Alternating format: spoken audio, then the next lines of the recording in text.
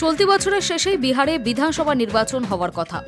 ভোটের আগে বিহারে গিয়ে সরকারের উন্নয়নের কথা তুলে ধরার পাশাপাশি পরিবারতন্ত্র নিয়ে আরজেডি এবং কংগ্রেসকে খোঁচা দিলেন প্রধানমন্ত্রী নরেন্দ্র মোদী।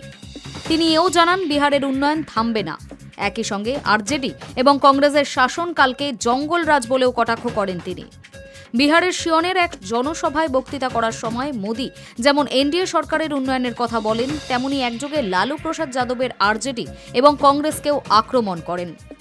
साथियों, देश में सबको आगे बढ़ने के अवसर मिले, किसी के साथ भी भेदभाव न हो, ये हमारे संविधान की भावना है। हम भी इसी भाव से कहते हैं, सबका साथ, सबका विकास।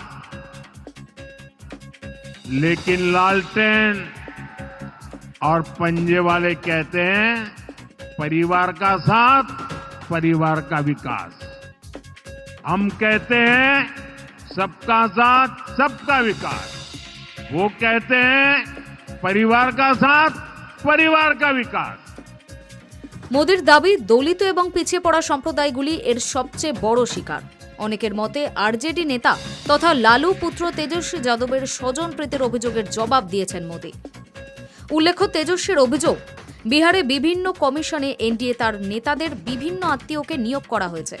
সেই বিহারে গিয়েই মোদী দাবি করেন, জঙ্গলরাজ তৈরি করা দলগুলি আবার ক্ষমতা দখলের চেষ্টা করছে। তার কথাই আগে বিহারের কি অবস্থা ছিল তা আজকের তরুণ প্রজন্ম শুধু শুনেছে।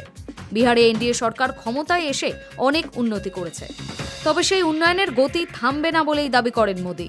বিহারের অগ্রগতি নিশ্চিত করতে অবশ্যই উন্নয়নের গতি বজায় রাখতে হবে। প্রধানমন্ত্রী বলেন, মোদী শান্তিতে ঘুমাবে না। অন্যদিকে গত 5 মাসে মোদী এই নিয়ে পঞ্চমবার বিহারে গেলেন।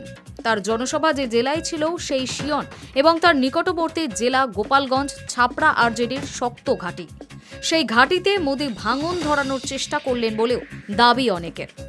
জনসভার আগে একঝাঁক প্রকল্পের উন্নয়ন করেন মোদী। 5,900 কোটি টাকারও বেশি মূল্যের মোট 28টি উন্নয়নমূলক প্রকল্প চালু হয় তার হাত ধরে। বৈশালী দেউরিয়া রেলপথ প্রকল্পের উদ্বোধন করেন মোদী। একটি নতুন ট্রেনের সূচনাও করেন তিনি।